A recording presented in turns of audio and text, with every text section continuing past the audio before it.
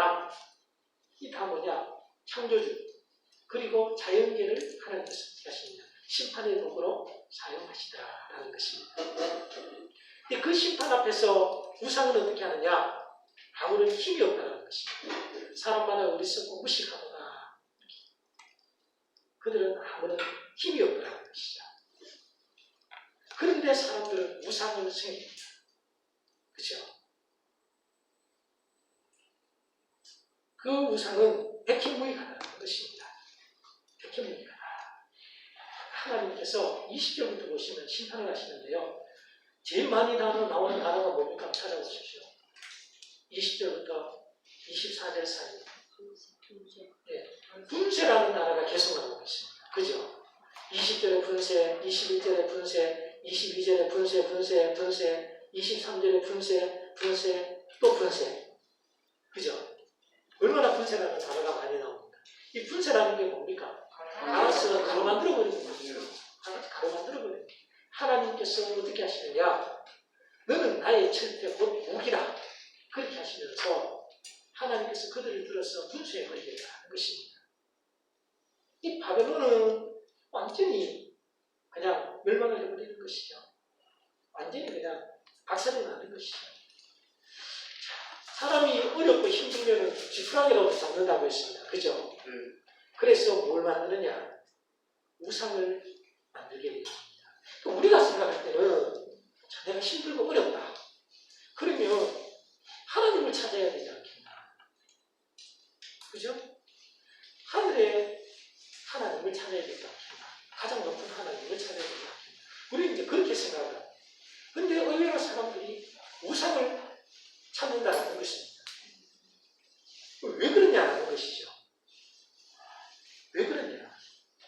내가 도움을 받고 싶습니다. 내가 지금 어려워. 내 힘으로는 안 돼. 사람이 자기가 한계를 느끼기 때문에 도움을 받으려고 하는 것입니다. 그래서 신을 찾습니다. 누구를 찾는? 우상을 찾는다.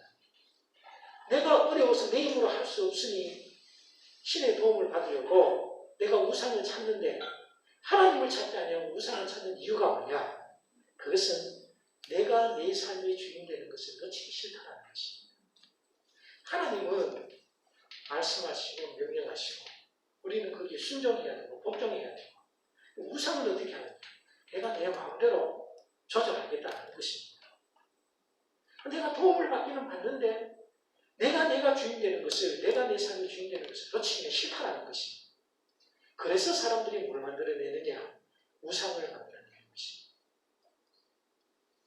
우리는 그 우상이 얼마나 무가치한가라고 하는 것을 알 수가 있는데요. 바벨론도 그리고 페르시아도 헬라도 로마도 다 일회용품이었습니다. 일회용품을 어떻게 하는지 아시죠? 한 번 쓰고 어떻게 합니까? 버리죠. 알뜰한 어머니들 2번 쓰고 3번 쓰기도 하는데요. 하나님은 2번, 3번 안 쓰셔요. 바벨론 한 번 쓰고 그냥 버리셔요. 페르시아 한 번 쓰고 버리셔요. 그죠? 그래서 하나님께서 심판이 임하시기 전에, 분쇄하시기 전에 우리는 어떻게 해야 되느냐? 돌이켜야 되는 것입니다. 하나님한테 돌이키는 것이, 그것이 사는 유일한 길입니다. 그래서 25절부터 보시면 바벨론은 뭐가 되어지느냐? 황무지가 되어질 것이다. 그렇게 하나님께서 25절, 26절에서 말씀하고 계십니다. 이사야 10장을 보시면 아수르에 대해서 하나님께서 말씀하시는데요. 이사야 10장 12절입니다.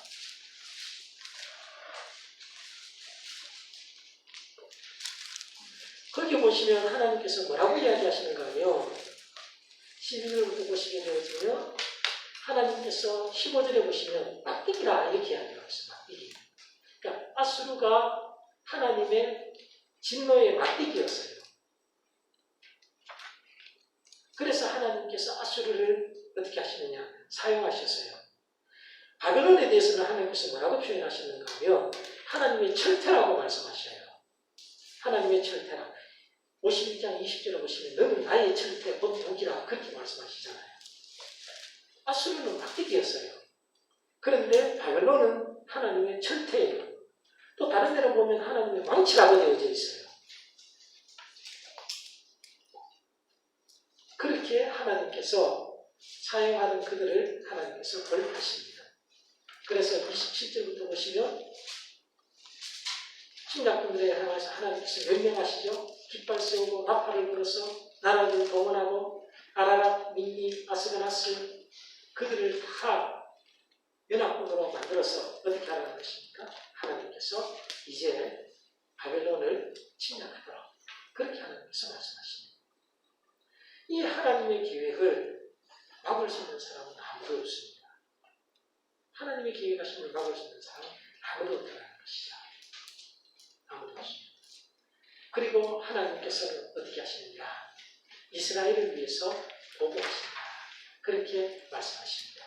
34절 보시면 나를 모르며 나를 멸하며 나를 빈그릇이 되게 하며 큰 뱀같이 나를 삼키며 나의 좋은 음식으로 그 배를 채우고 나를 쫓아내었으니 하나님께서 그렇게 말씀하십니다.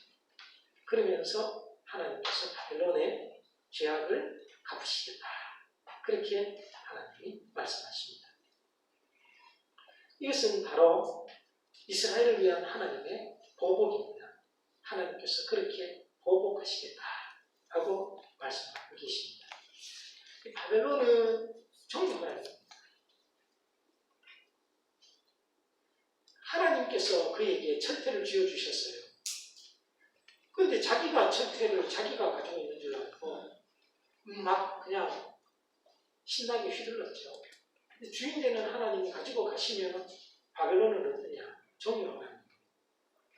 우리가 그림을 보면 정말 막 호랑이가 튀어나올 것처럼 그렇게 그림이 살아있도록 그림들이 있죠. 그렇지만 그 호랑이는 절대 튀어나오지는 않습니다. 왜냐하면 그림에 불과합니다. 생명이기 때문에 아무런 힘이 없다는 것입니다. 하나님께서 떼앗아버리면 그것은 그날로 끝이 되어지는 것입니다. 우리가 이 세상을 살아가면서 믿음의 사람들이 좀 긴 호흡을 해야 해요. 긴 호흡을 해요. 하나님이 하시는 일이 순서가 있어요. 하나님이 하시는 일에 순서가 있고 하나님의 뜻이 계셔요. 우리가 그때까지 어떻게 해야 되느냐? 좀 긴 호흡을 해야 돼요. 내 삶에 어려움이 닥치고 조금 힘들고 어려우면 막 그냥 나 하나님 안 믿을 거야. 그런 사람들이 있어요. 그냥 막 조금 그걸 견디지를 못해가지고 조금만 어려우면 나 이제 교회 안 나갈 거야 하면서 그런 사람들이 있거든요. 하나님의 긴 호흡을 따라가야 되는 것입니다. 그것에 따라서 세상을 바라볼 수 있는 그런 우리가 되어야 되는 것입니다. 우리가 생각할 때는 바벨론이 영원히 지속되어질 것 같잖아요. 지금 막 바벨론이 온 세상이, 온 천지가 다 바벨론 거니까 저 바벨론이 그냥 평생 갈 것 같고 영원히 갈 것 같잖아요. 하나님의 호흡에 따라서 하게 되어지면 70년에 불과하다. 근데 우리는 그것을 알지를 못하는 거죠. 그래서 하나님의 호흡을 우리가 따라가야 돼요. 하나님의 호흡을. 그 긴 호흡을.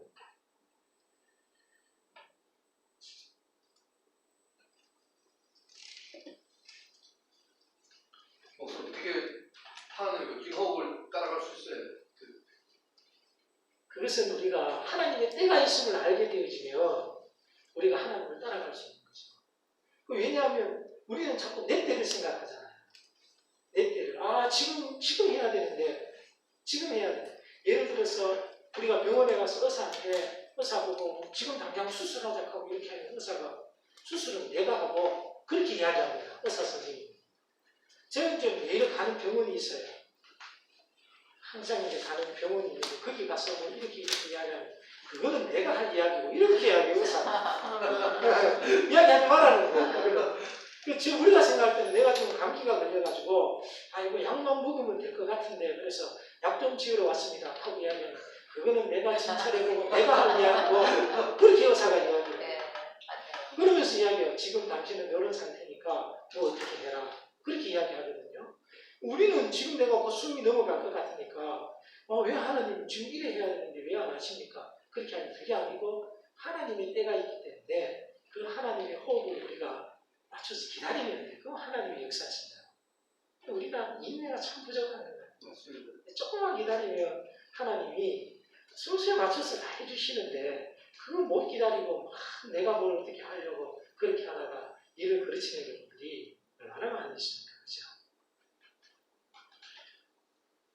뿐만 아니라 바벨론은요 39절에 보면 열정이 일어날 때 내가 열애를 베풀고 그들이 취하여 기뻐하다가 영원히 잠들어 끄지 못하게 하리라 그렇게 이야기합니다. 우리가 아시는 것처럼 다니엘서에 보면 벨사살이 마지막으로 그죠? 한 일이 무엇이었어요? 연애를 베풀었습니다. 연애를 베풀었다. 그런데 그 술에 취해가지고 영원히 깨지를 못하였습니다. 우리는 무엇에 취해 있는지를 생각해 보셔야 됩니다. 나는 어디에 취해 있는가 생각하셔야 됩니다.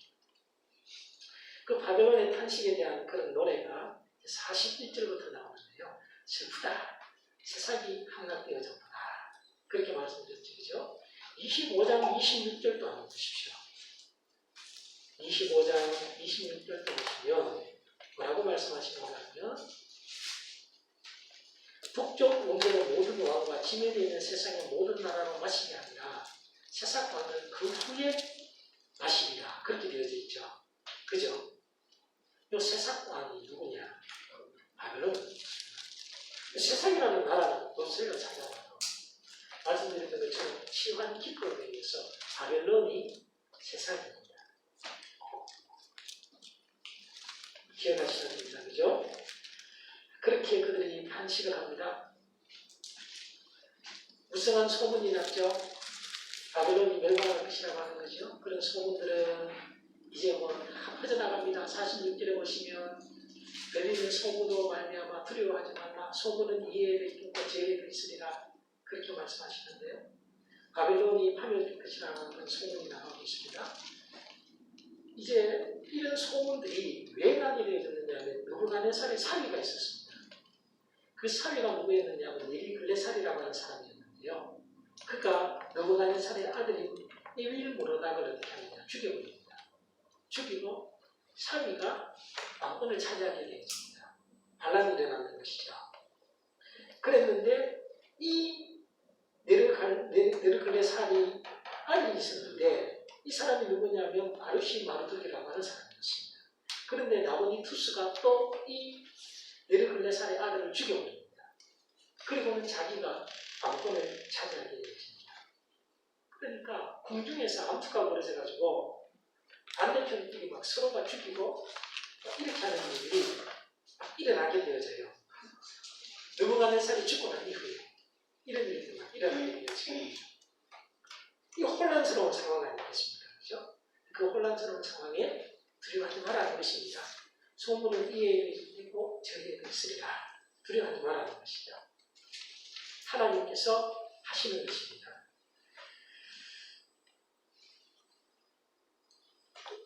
(54절부터) 보시게 되어지면 계속 되어지는 그런 바벨론 사람들의 탄식이 나오고 있는데요.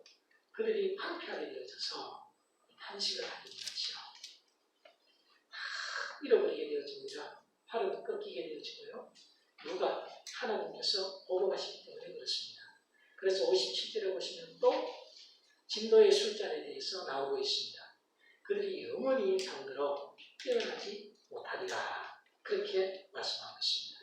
취해서 진노의 술잔에 취해서 그들이 깨어나지 못한다. 그래서 성벽도 성문도 그들의 많은 재물도 아무런 소용이 없더라라는 것입니다. 아무런 소용이 없더라는 것인데요.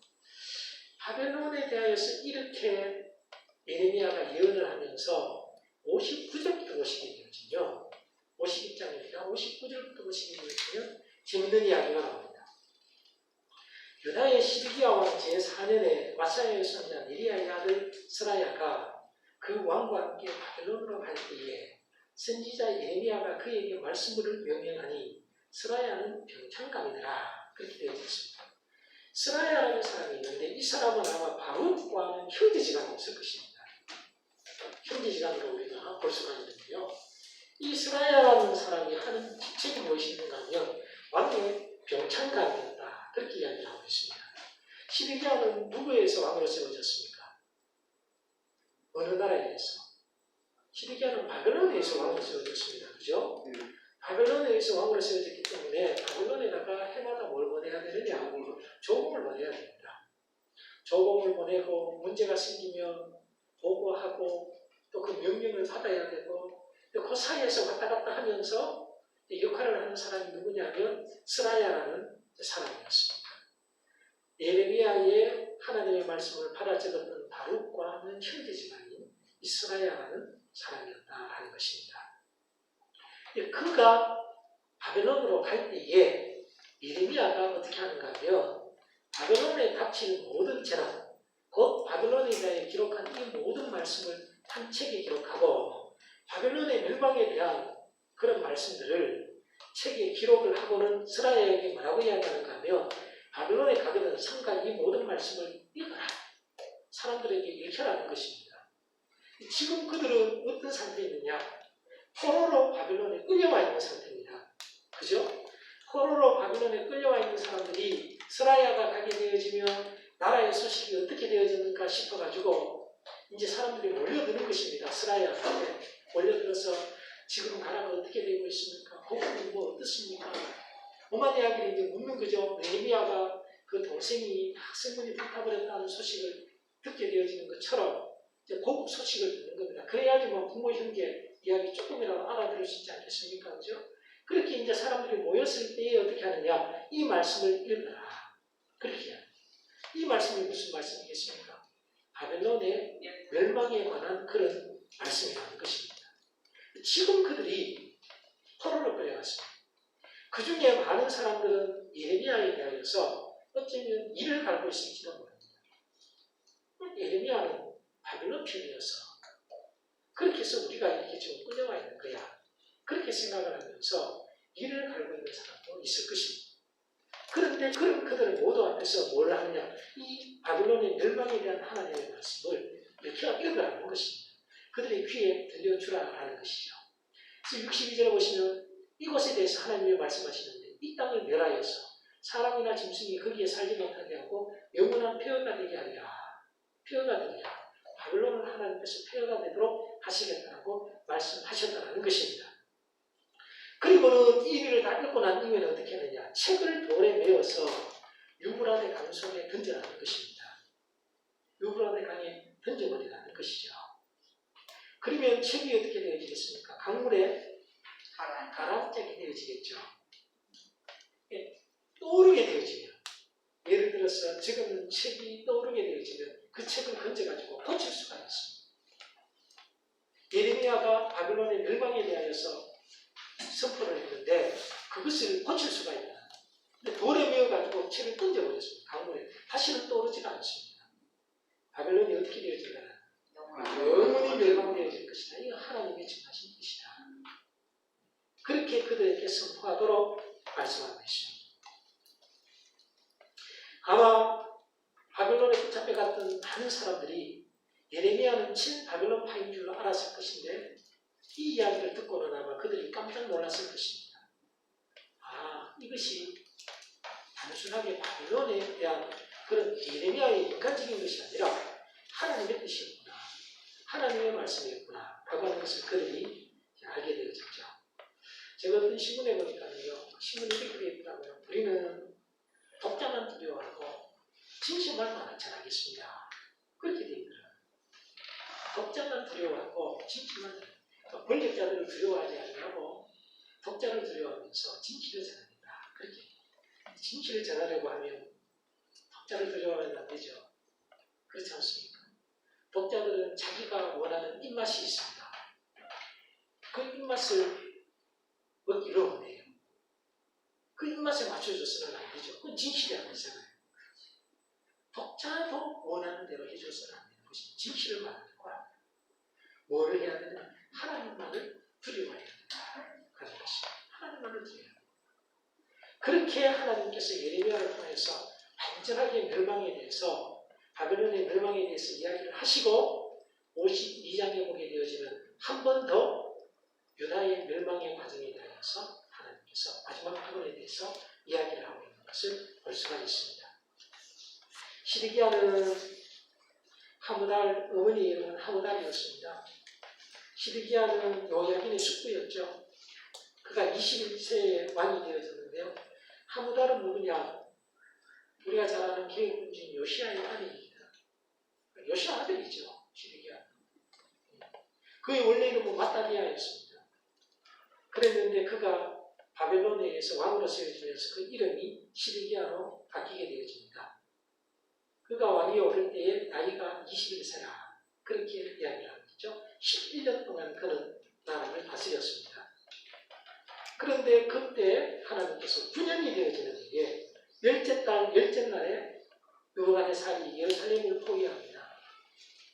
그리고 그 포위가 언제까지 되어지냐? 11년까지 되어집니다.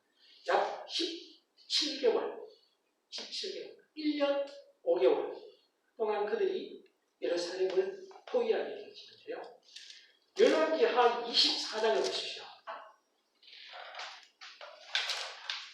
열왕기하 24장 이런 부분들은 열왕기하와 역대기를 같이 살펴보셔야 됩니다. 살펴보시면 많이 유익하겠죠. 열왕기하 24장 20절입니다.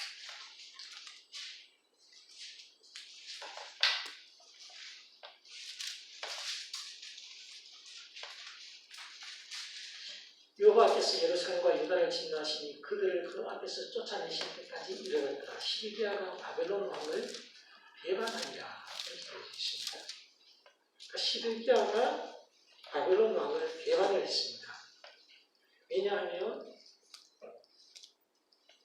바벨론은 먼 길에 있는 나라거든요. 애굽은 가까이 있어요. 애굽은 가까이 있습니다. 그리고 이미 여호야김 때부터 그 군 안에 많은 친애국파들이 득세를 하고 있었습니다. 그런 상태에서 이 시드기야가 자기도 모르는 사이에 바벨론을 배반하고 애국 쪽으로 붙게 되어지는 것입니다.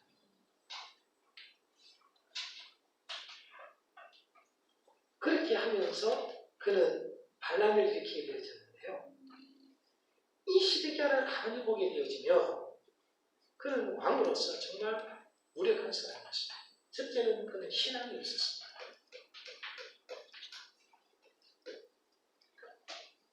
예레미야를 세 번이나 불러가지고 하나님이 무슨 말씀이 없느냐 라고 묻습니다. 묻기는 묻는데 듣고도 어떻게 하냐 말하지는 않습니다. 그는 신앙이 없는 사람이었습니다. 그 다음 왕으로서의 그는 축복이 없는 사람이었습니다. 신애국파들이 득세를 하고 있을 때에 그는 그것을 떨쳐야 되는데 이기지를 못했습니다. 전악하고 막 통촉하옵소서 하고 달라붙으니까 이기지를 못하는 거예요. 축대로 가고 있었습니다. 또 하나는 그는 국제정세에 대해서 무지했습니다. 세상이 어떻게 돌아가는지를 몰랐다는 것입니다.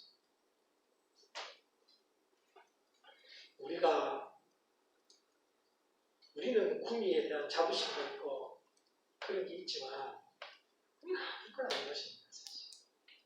우리가 자부심이 있죠. 제가 이야기하잖아요. 서울에 가서 구미에서 왔다 하면 분당 구미구에서 왔는 줄 알고 있습니다. 구미라는 뜻이 잘 몰라요. 실질적으로 잘 몰라요. 전 모르더라고요. 네, 사실입니다. 우리가 여기 사니까 이 도시에 대한 자부심을 가지고 있죠. 우리가 여기에 살고 있으면서 나도 모르는 사이에 내가 접하는 세계가 세계 전부인 줄로 착각하는 경우도 있습니다. 우리가 신앙적으로도 그렇고 또 세상적으로도 그렇고 이 도시가 세상의 전부인 것처럼 우리도 모르는 사이에 착각하는 것입니다. 시드기야가 그랬습니다. 자기가 지금 왕이 되어져서 어쨌든 간에 그 나라를 다스리고 있으니까 자기가 전부인 줄로 생각합니다. 세상이 지금 어떻게 돌아가는지를 전혀 이 사람이 모르는 겁니다. 그러니까 바벨론을 배반하고 애굽편에 달라붙고 근데 이렇게 1년 5개월이 되어질 동안까지 쉽게 나라가 함락이 되어지지 않았던 것은 무슨 히데기야가 아주 막 방비를 잘해가지고 전쟁 이기가 그래가 있는 거 아닙니다. 왜냐하면 애굽이 수시로 들락거렸거든요. 애굽이 수시로 들락거리니까 바벨론이 여기만 신경을 쓸 수가 없어요. 이건 사실 아무것도 아니에요. 그냥 불면 넘어가는 나라예요. 그런데 애굽은 그렇지가 않거든요. 그러니까 사실은 여기에다가 지휘를 치고 있으면서도 눈을 어디로 돌리고 있느냐? 애굽 쪽으로 보고 있어요, 바벨론. 그런데 바벨론 시드기야는 마치 그것이, 그리고 친애굽파 사람들과 또 시드기야는 마치 그것이 자신들의 힘이냐 착각을 합니다. 국제정세에 대해서 너무 무지해요. 우리가 성도이면 우리는 영적인 세계에 대해서 무지해서는 안 되죠. 그죠? 그게 중요합니다. 제가 시드기야를 욕하려고 하는 것이 아니고 우리는 성도이기 때문에 영적인 세계에 대해서 무지해서 안 된다는 거죠. 정신없이 우리가 허겁지겁 하루하루를 살아가도 우리가 늘 어디에다가 영적인 세계에다가 관심을 두고 살아가야 되는 것입니다. 지금 하나님께서 이 세상을 어떻게 지금 경영하고 계시는가 라고 하는 것을 우리가 볼 수 있어야 된다는 것입니다. 그게 아니면 자칫 잘못하면 우리가 한쪽으로 치우쳐져 버리게 되죠. 치우쳐져서 나도 모르는 사이에 감각을 잊어버리게 되죠. 그게 무서운 겁니다. 어린아이들은 피부가 예민해서 조금만 찔러도 상처가 납니다. 어른들은요, 웬만한 가시가 박혀도 가시 박혔는지도 몰라요. 자기 손에 왜 군살이 있어서. 이게 좋은 게 아니에요. 영적으로는 그게 좋은 게 아니라고요. 아주 작은 것에도 우리가 민감해야 되는데, 하나님의 일하시는 것에 대해서 민감해야 되는데 그렇지가 못하다고. 이 단순하게 국제정세에 대해서 무지한 것이 아니라 사실은 하나님에 대해서 시드기야가 무지입니다. 지금 하나님이 이 세상을 어떻게 경영하고 계시는가 하는 것에 대하여서 전혀 감각이 없었다는 것이죠. 이게 이제 무서운 겁니다. 무서운 겁니다. 우리도 하나님 앞에서 그렇게 있으면 곤란합니다. 우리가 늘 깨어 있어야 되는 것이죠. 그래서 하나님의 일하심을 모르고 내 고집을 따르게 되어지면 어떻게 되어지느냐? 최악의 결과를 초래하게 되어집니다. 최악의 결과를 초래하게 되었죠. 이제 예루살렘이 멸망하는데요. 예루살렘은 다 파괴가 되어지고요. 성전이 파괴가 되어지고 성벽이 다 파괴가 되어지고 집들이 다 파괴가 되어지고요. 그리고 느부갓네살은 어떻게 하느냐? 사람들을 포로로 잡아가게 되어집니다. 포로로 잡아가게 되어지죠. 파괴가 되어지는 것을 보면요. 13절에 보시면 순서가 왕, 성전, 왕궁, 모든 집, 고관들의 집 그렇게 되어져 있습니다. 그들이 가장 먼저 무엇을 파괴했느냐? 하나님의 성전을 가장 먼저 파괴했습니다. 그리고 왕궁을 파괴하고 모든 집들과 고관들의 집들을 불살랐다. 그리고 성벽을 사면 성벽을 헐었다. 그렇게 말씀하고 있습니다. 그리고 사람들을 어떻게 합니까? 다 잡아갔습니다. 가난한 자는 남겨두었습니다. 왜 남겨두었습니까? 그 땅이 황폐해지지 않도록 하기 위해서 가난한 자들만 남겨두고 다 포로로 잡아갔습니다. 그리고 성전의 기물을 어떻게 했습니까? 17절에 보시면 다 파괴하고 약탈하게 되어지는 것을 우리가 볼 수가 있습니다. 특별히 성전의 두 기둥도 어떻게 합니까? 다 깨뜨려버립니다. 그리고 다 약탈해가는 것을 볼 수가 있습니다. 성전이 제일 먼저 무너졌습니다. 기억하셔야 합니다. 성전이 제일 먼저 무너집니다. 우리가 자칫 잘못하면 본질을 잃어버리게 되어지면 껍데기 붙잡고 있습니다. 조심하셔야 합니다. 교회나 신앙이나 본질을 잃어버리게 되어지면 껍질만 잃어지겠습니다. 껍질이 소중하지 않다는 건 아니라 제가 오늘 또 과일을 먹고 왔는데요. 과일은 할 수만 있으면 껍질이 얇아야 됩니다. 껍질이 두꺼우면 속 살이 별로 없습니다. 그러면 곤란하겠죠, 그죠? 그런데 사람들은 그래서 껍질이 없어야 된다고 생각합니다. 그러면 안 됩니다. 껍질이 없으면 속살이 상하게 되어집니다. 쥐 상합니다. 상처 입습니다. 껍질 때문에 속살이 살아나는 것입니다. 지켜지는 것입니다. 우리가 이것을 잘 조화를 이룰 수 있어야 돼요. 속살만 있어도 안 되고 껍질만 있어도 안 되고요. 껍질은 있기는 있어야 되는데 할 수만 있으면 얇아야 되고요. 이렇게 잘 할 수 있어야 된다는 것입니다. 그들은 성전이 있으니 우리는 절대 무너지지 않는다. 본질을 잃어버린 그 성전은 껍질뿐이더라 하는 것입니다. 아무것도 아니라 하나님의 교회가 성경교회도 세워질 때 이야기를 몇 번 여러 번 들었습니다만 하나님의 교회가 헌신자가 없이 세워지는 경우가 있습니까? 그런 경우는 없습니다. 정말 헌신자들에 의해서 교회가 다 세워집니다. 그런데 그렇게 세워진 성전이라 할지라도 교회라 할지라도 그것에서 열심히 씹어져 버리고 하나님의 말씀이 선포가 되어지지 아니하고 하나님 앞에 진실된 제사가 드려지지 아니하고 그러면 그 뭐 되어지느냐? 그거는 콘크리트 덩어리가 되어집니다. 아무것도 아닙니다. 대단한 것 같지만 아무것도 아니다라는 것입니다. 52장 24절부터 보시게 되어지면 이제 그들이 포로로 끌려가게 되어지는 것을 볼 수가 있습니다. 포로로 끌고 가서 저항을 원천적으로 범수해버리는 것을 볼 수가 있죠. 그런데 31절부터 보시게 되어지면 난데없이 요야긴이 나옵니다. 요야긴이 누군지는 아시죠? 또 이야기합니다. 요시야, 그 다음에 누구였습니까? 요아스, 그 다음에 요야긴, 요야긴입니다. 그 다음에 12절. 요야긴의 아들이죠. 요야긴이에요. 이 사람이 바벨론의 포로로 끌려가게 되어집니다. 그죠? 그랬는데 그가 어떻게 되어지느냐? 사로잡혀간 지 37년. 에일무로닥 왕의 즉위원이요. 에일무로닥은 앞에서 말씀드렸습니다. 누구였는지 말씀드렸습니다. 그죠?